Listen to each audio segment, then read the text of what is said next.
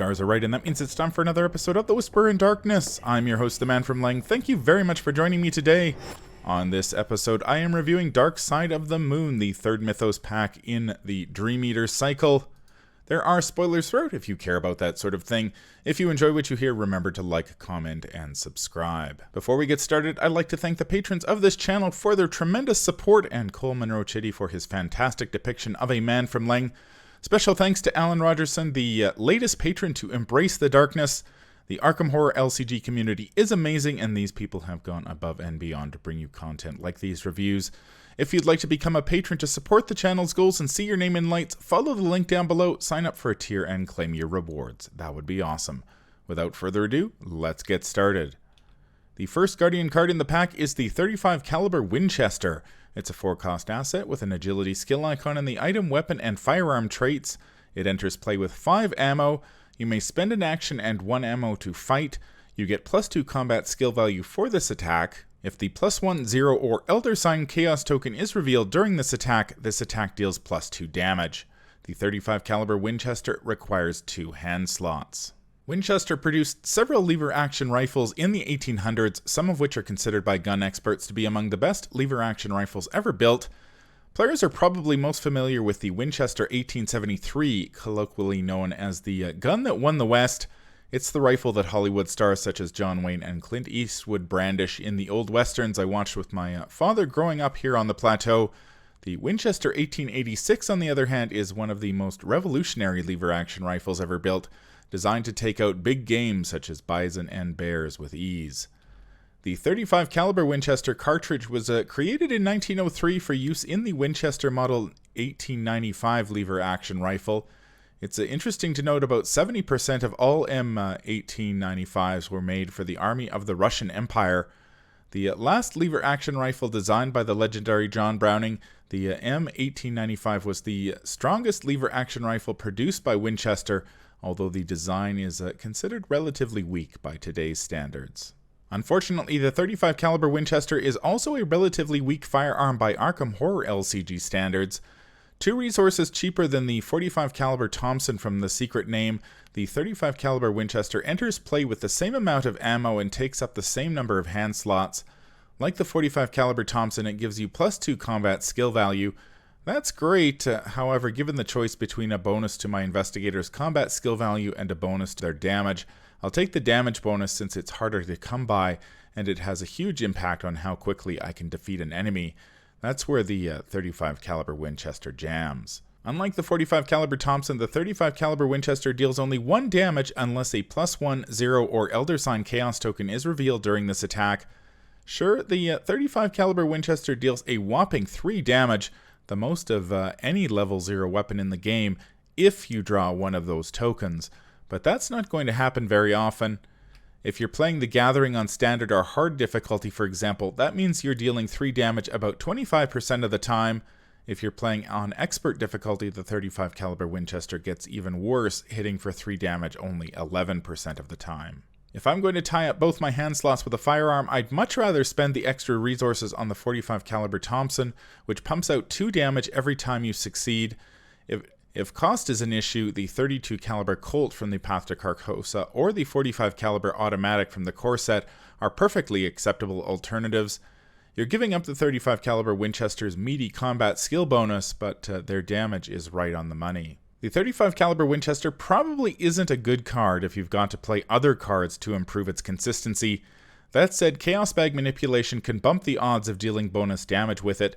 There are only 2 options in the Guardian class, Eat Lead 0 from Return to the Path to Carcosa and Eat Lead Level 2 from Dim Carcosa. Both let you spend ammo to reveal additional Chaos tokens. Both are one-shot events, so they're a temporary fix at best. If you're playing the Gathering on Standard difficulty, Eat Lead 0 will improve your odds of dealing 3 damage to 45%. Obviously, that's a lot better than 25%, but you still haven't cracked 50-50, and you've spent a card, a resource, and an additional ammo. If you play Eat Lead 2 and spend 2 ammo tokens, your odds jump to about 61%, which still feels low considering I've spent a card and 2 additional ammo for the privilege. Honestly, I'm not blown away. Mystics are the undisputed masters of Chaos Bag Manipulation, which brings us to Jim Culver and Diana Stanley. Both can play the 35 caliber Winchester in combination with Dark Prophecy from the Forgotten Age, Grotesque Statue 4 from the core set, or Olive McBride from Heart of the Elders to reveal additional Chaos tokens. Jim and Diana can also play Premonition from Heart of the Elders or Scrying Mirror from the Jacqueline Fine starter deck to see which Chaos tokens they're going to pull in advance. Dark Prophecy is probably Diana's best bet since it synergizes with her response, and the odds of revealing a +1, 0, or Elder Sign token is about 82%. You don't necessarily get to resolve those tokens, mind you, so there is still a chance that your shot will miss entirely. Jim and Diana have more options than most investigators to reveal additional tokens, but I'm not wild about the idea of playing the 35 caliber Winchester in either investigator, especially Diana, since it takes up both hand slots. That means Diana can't equip the Twilight Blade, which is critical to her draw and resource engine. However, if Diana picks up Bandolier 2 from Return to the Dunwich Legacy, she can carry the 35 caliber Winchester, the Twilight Blade, and she gets +1 willpower. I'm certain that designer Matt Newman never imagined everyone's favorite redeemed cultist wandering Arkham with a lever-action rifle in one hand and a sacrificial dagger in the other, and a bandolier of ammo strapped around her right shoulder, but it can be hard to predict how cards will interact sometimes. There are a couple of other ways to reveal additional Chaos tokens that are worth mentioning. Tommy Muldoon and William York could reveal additional tokens using Against All Odds 2, a Survivor event from Heart of the Elders. However, they would need to perform a combat skill test with a difficulty of at least 5, and there are very few enemies with fight values that meet that threshold. Finally, Leo Anderson and Skids O'Toole could spend resources to trigger Lucky Dice from Undimensioned and Unseen, revealing additional Chaos tokens until they find a +1, 0, or Elder Sign. Assuming they don't pull a tentacle, their odds of success are about 45%, 61%, and 73% for 1, 2, and 3 additional tokens respectively. Rogues sleep on piles of money surrounded by beautiful people, but Leo or Skids would need a great resource engine to spend 2 to 6 resources every time they pull the trigger on the 35 caliber Winchester. I'm not terribly impressed by the 35 caliber Winchester. The 5 ammo and the combat skill bonus are good, but it takes up 2 hand slots, which is a big commitment, especially in solo. I might be willing to overlook that if I could dish out 3 damage consistently. Unfortunately, my calculations suggest that most of the time you'll deal only 1 damage if you attack successfully. That's simply not good enough compared with other Guardian weapons, many of which pump out 2 damage consistently. Chaos Bag Manipulation can improve your odds a little, but I'm not convinced that Eat Lead 0 or 2 tip them enough in your favor to make them worth the effort.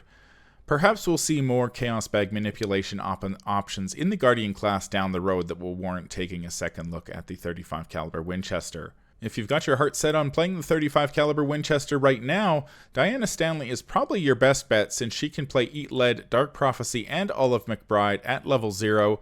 Once she's earned a few experience points, she can pick up Bandolier 2 so she can wield the 35 caliber Winchester and the Twilight Blade at the same time and get +1 willpower. Throw a police badge on her and you can pretend she's a rootin' tootin' sheriff who just stepped out of the Wild West. Yee-haw! The second Guardian card in the pack is Safeguard. It's a 2-cost asset that costs 2 experience points. It has willpower and agility skill icons and the talent trait. It has the following response: during another investigator's turn, exhaust Safeguard.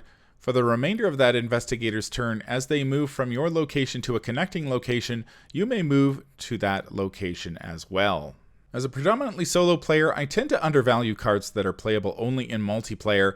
That's certainly not the case with Safeguard. It's an incredible addition to the Guardian card pool because it makes the Guardian's job of protecting other investigators so much easier. Guardians want to be at the same location as other investigators so they can fight enemies that threaten them, leverage allies such as Brother Xavier, who can be assigned damage and or horror dealt to other investigators at your location, or play cards that have a mutual benefit, such as Stand Together 3 from the Essex County Express. However, it's easy for a Guardian to get separated from the group if they're still fighting enemies when the group is ready to move on. Safeguard solves that problem very efficiently. The more I think about it, though, the more Safeguard feels borderline busted because it's simply too efficient for an asset that costs only 2 experience points and 2 resources. There are plenty of cards in this game that either let you move without taking an action or let you move to any revealed location on the table. These types of effects are extremely powerful in a game that is at its heart a race. That's why I play cards like Astral Travel from the Path to Carcosa, Elusive from the core set, Open Gate from the Dream Eaters, and Pathfinder 1 from the Miskatonic Museum, Shortcut from the Dunwich Legacy, and Track Shoes from the Circle Undone in so many decks. As fantastic as these cards are, they usually are balanced by the fact that they are either one-shot events or they restrict you to one free move each turn. Safeguard breaks that mold. The ability to tag along for free each time an investigator moves has the potential to generate an obscene amount of action advantage. With a little coordination between players, one copy of Safeguard can generate 3 additional move actions for an investigator during one turn. That's incredible. If you happen to play 2 copies of Safeguard, the investigator has the potential to target 2 different investigators and take up to 6 additional move actions each turn. That's simply insane. And we haven't even discussed playing Safeguard in combination with other cards that generate action advantage, such as Ever Vigilant 1, or cards that let you bend the rules of movement, such as Pathfinder 1 and Shortcut. All that extra movement is bound to give an investigator a significant advantage during a typical scenario. Safeguard begins paying dividends the moment it hits the table. Imagine playing the Midnight Masks with a Guardian and pretty much any other investigator.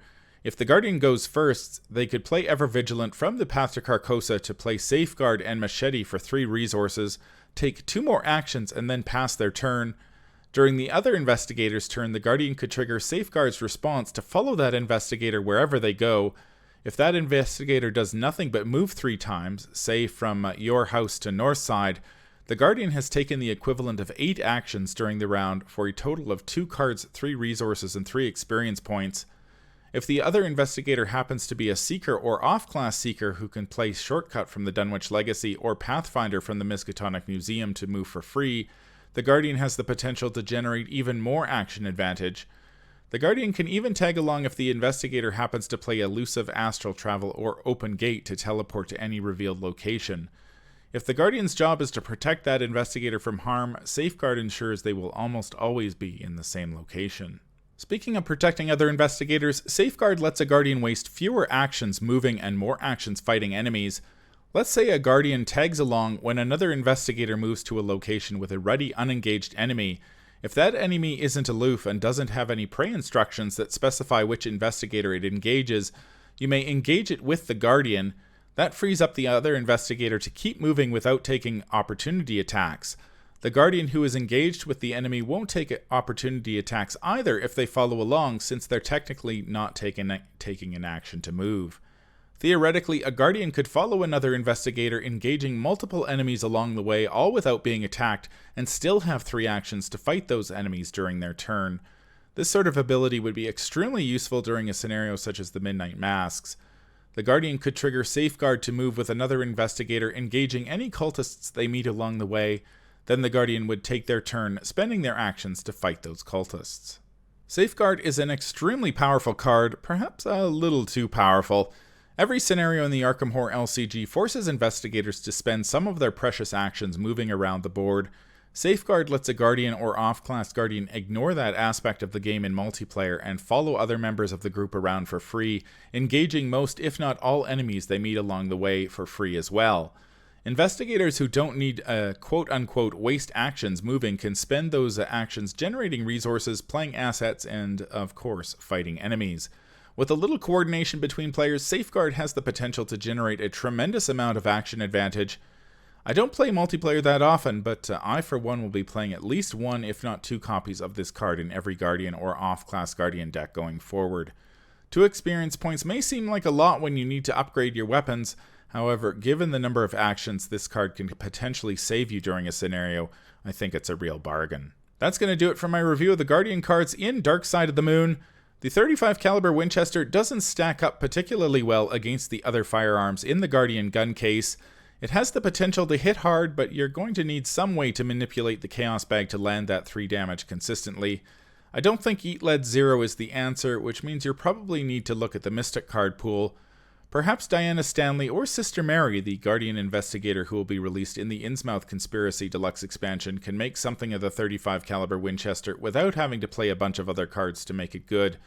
Safeguard, on the other hand, is an amazing addition to the Guardian card pool. With a little coordination, it has the potential to generate action advantage in spades. If you're playing a Guardian or off-class Guardian in multiplayer, purchase at least one copy of this card. You won't be disappointed. That's going to do it for this review. If you enjoy what you hear, remember to like, comment, and subscribe. Head over to Patreon to become a patron of the channel. If you need to contact me, I can be reached at manfromlang@gmail.com. I'm also on Twitter at manfromlang. Until the stars are right, keep your shotgun close and your elder sign closer. Take care out there, and happy investigating.